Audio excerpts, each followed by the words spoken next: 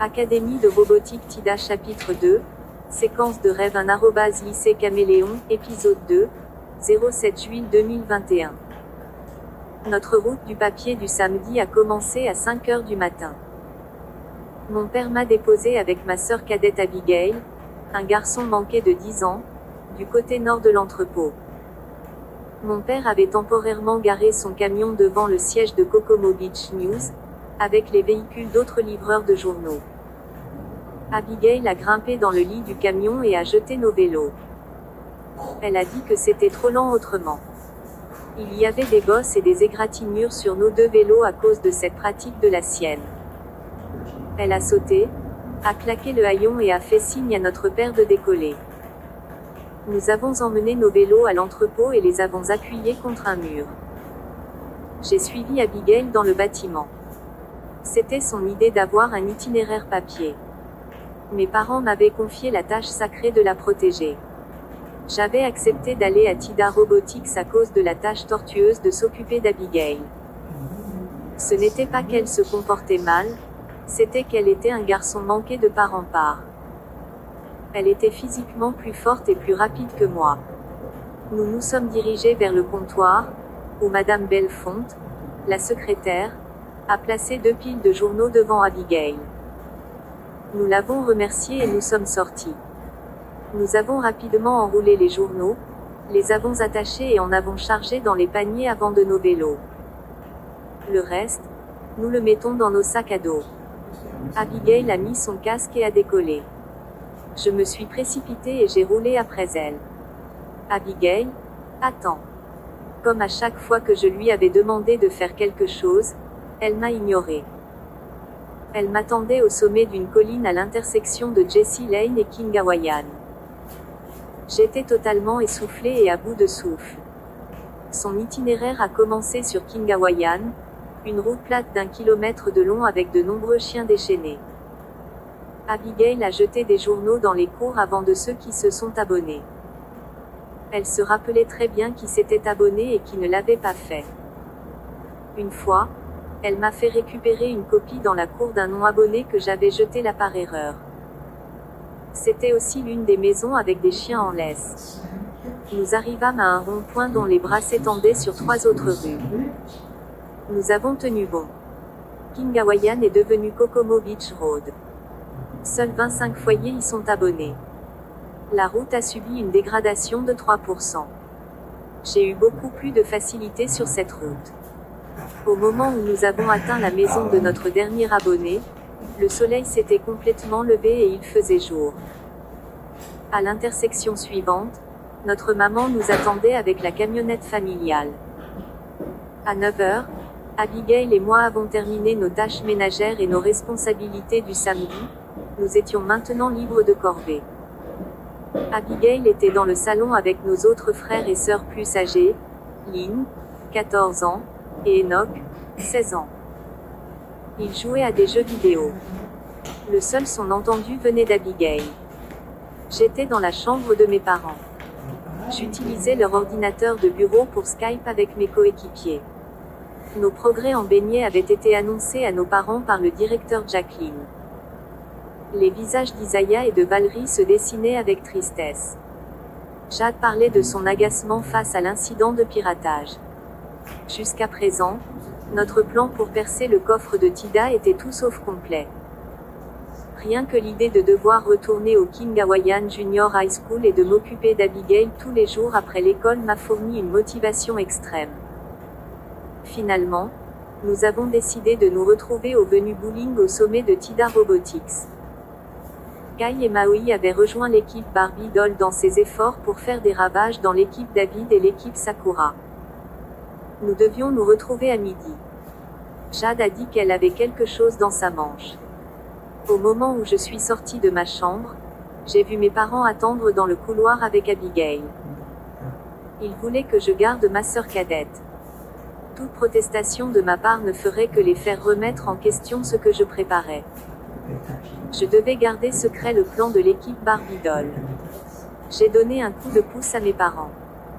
Tout d'abord, Abigail et moi avons fait du vélo jusqu'à Maritime Rentals pour rencontrer Kai et Maui. Comme d'habitude, le magasin était occupé par des clients qui louaient, revenaient ou essayaient du matériel. Nous nous sommes dirigés vers l'arrière-salle, où Kai et Maui nettoyaient les locations rendues. Nous nous sommes fait un clin d'œil et avons hoché la tête. J'ai attrapé 2 balais et en ai donné un à Abigail. Elle l'a accepté avec prudence et a dit qu'elle devrait être payée pour son temps et son travail. Nous avons commencé à balayer. Elle a balayé un côté de la pièce, et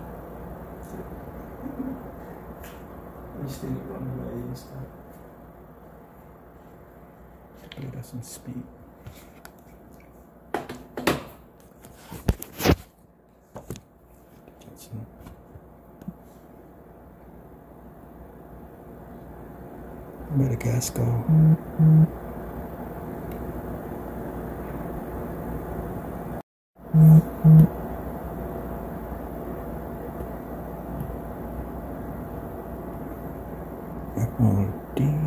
Let's go with that one, see. Académie de robotique TIDA chapitre 2, séquence de rêve un @ lycée Caméléon, épisode 2, 07 juillet 2021. Notre route du papier du samedi a commencé à 5 heures du matin. Mon père m'a déposé avec ma sœur cadette Abigail, un garçon manqué de 10 ans, du côté nord de l'entrepôt. Mon père avait temporairement garé son camion devant le siège de Kokomo Beach News, avec les véhicules d'autres livreurs de journaux. Abigail a grimpé dans le lit du camion et a jeté nos vélos. Elle a dit que c'était trop lent autrement. Il y avait des bosses et des égratignures sur nos 2 vélos à cause de cette pratique de la sienne. Elle a sauté, a claqué le haillon et a fait signe à notre père de décoller. Nous avons emmené nos vélos à l'entrepôt et les avons appuyés contre un mur. J'ai suivi Abigail dans le bâtiment. C'était son idée d'avoir un itinéraire papier. Mes parents m'avaient confié la tâche sacrée de la protéger. J'avais accepté d'aller à TIDA Robotics à cause de la tâche tortueuse de s'occuper d'Abigail. Ce n'était pas qu'elle se comportait mal, c'était qu'elle était un garçon manqué de part en part. Elle était physiquement plus forte et plus rapide que moi. Nous nous sommes dirigés vers le comptoir, où Madame Bellefonte, la secrétaire, a placé 2 piles de journaux devant Abigail. Nous l'avons remerciée et nous sommes sortis. Nous avons rapidement enroulé les journaux, les avons attachés et en avons chargé dans les paniers avant de nos vélos. Le reste, nous le mettons dans nos sacs à dos. Abigail a mis son casque et a décollé. Je me suis précipitée et j'ai roulé après elle. Abigail, attends. Comme à chaque fois que je lui avais demandé de faire quelque chose, elle m'a ignoré. Elle m'attendait au sommet d'une colline à l'intersection de Jessie Lane et King Hawaiian. J'étais totalement essoufflée et à bout de souffle. Son itinéraire a commencé sur King Hawaiian, une route plate d'1 kilomètre de long avec de nombreux chiens déchaînés. Abigail a jeté des journaux dans les cours avant de ceux qui se sont abonnés.